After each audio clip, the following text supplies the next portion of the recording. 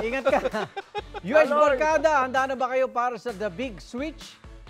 As you know, isa akong golfer, si Anjo naman volleyball player. Pero what if magkapalit kami ng sports? Ba, ito 1 year in the making to, ha? Oo nga eh. Pinagandaan mabuti. Guys, name it. Mapa-birdie, bogey, eagle, hole-in-one. Here I come. Ito na po, ang golfer era ko. At si Ivan, yayayain naman tayo magmotor, ha? Abangan nyo yan. Okay na set na mag-volleyball. At masayang sports adventure namin. Panoorin po natin. Daddy Igan's golfer era.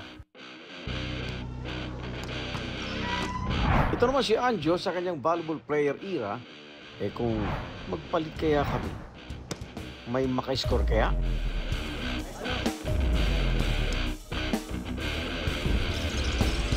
Akin na yun, driver. Daddy, ito na. Uy, ikaw magkakadi sa akin? Ako driver mo ngayon, ako kadi mo, ako lahat.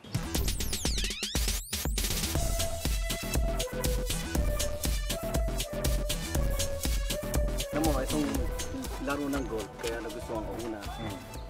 Nature, sarap yung simoy ng hangin. Kasi iba yung greeny, nakakalis na stress. Kasi syempre, discipline, patience, hindi pwedeng palo ka ng palo rin. Noong nakaraang taon, nagkaroon ng ibang goal si Daddy Igan at dinaan niya ito sa 100 days ng tuloy-tuloy na pag-golf. Every day, naglalagay ako ng amount ng pera. So, yung mabubuo ko o makukumpleto ko ng 100 days, yung amount na yun, bibigay ko sa charity. So, mas maganda yung naglalaro ka, enjoy ka na, tas alam mong ito ay may matutulungan sa bandang huli. Aral ko dito pag gustong-gusto mo yung ginagawa mo, walang imposible na hindi mo makamit yung pangarap mo. And it's finally D-Day, 100th day na ni Daddy Igan at makikilaro ako ng golf sa kanya. Naniniwala ako sa'yo, Daddy. Kaya mo yan. Tahimik sa golf, tahimik. Ay, bawal ba maingay dito? Bawal pa na maingay dito, mga kapuso. Ngayon ko lang alam. Pro tips naman dyan. Dapat nakatingin ka lang sa bola mo. Kasi pag nauna lingon mo ganun, hindi mo tatamaan yan. Kailangan may pitik yung ganun. Sabi ni Sir Igan kanina, this is a gentleman sport. Kaya dapat tahimik pero minsan hindi mo matatago yung excitement mo. Kaya mapapasigaw ka. Ganda. Ganito yung sinabi ni Daddy Igan, dapat magandang lapat ng kamay sa golf club. Ipit dito, tingin sa bola, butt out, tapos bend your knees. Para sa ito, Daddy Igan.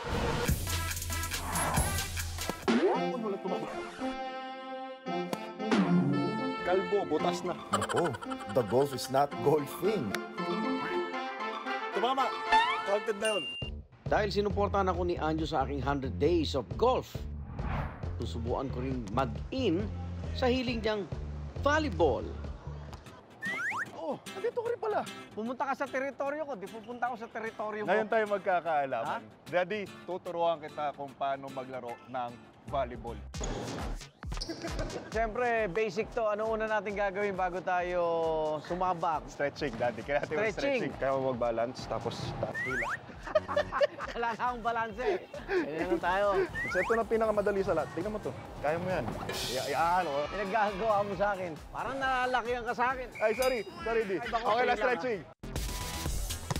Daddy, ngayon tuturuan kita kung paano mag-serve. Kailangan tatama siya dito sa palad mo. Dito. Naku, patay. Diretso.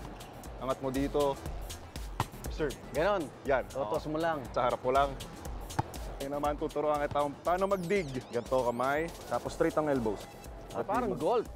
Parang golf. Yeah. Pwede mo i-apply yung pagiging golfer mo dyan. Tapos ganito lang, di. 2, 3, go! Ang ating last step ay ang spike. Papaluin natin that pag ganun. May follow through ka pag ganun. Yan! Warmed up na si Daddy Igan.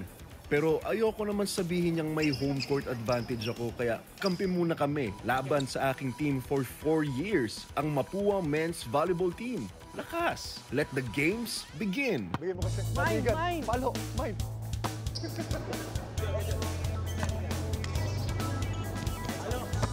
Yan!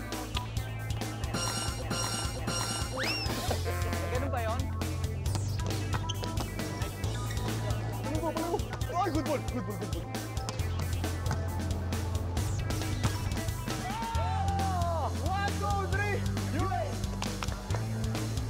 Ano, Daddy Igan? Switch sports na ba for life? Ang hirap mag-volleyball. Tara. Golf na lang tayo. Tara, mag-golf na tayo. Di ko na kaya to. Maganda exercise at salamat sa experience. Ganun pala kahirap pero masarap ang pakiramdam lalo pagkalusugan. Tama. Pawis na pawis, oh. Kain na tayo. Yan ang magandang sports. Pagdating sa sports, meron tayong iba't ibang goal. Pwedeng para magsaya, makisama at tumulong. Ano man ang goal mo, hanggat kaya pa, G lang. See you sa next sports adventure namin, mga kapuso. Unang!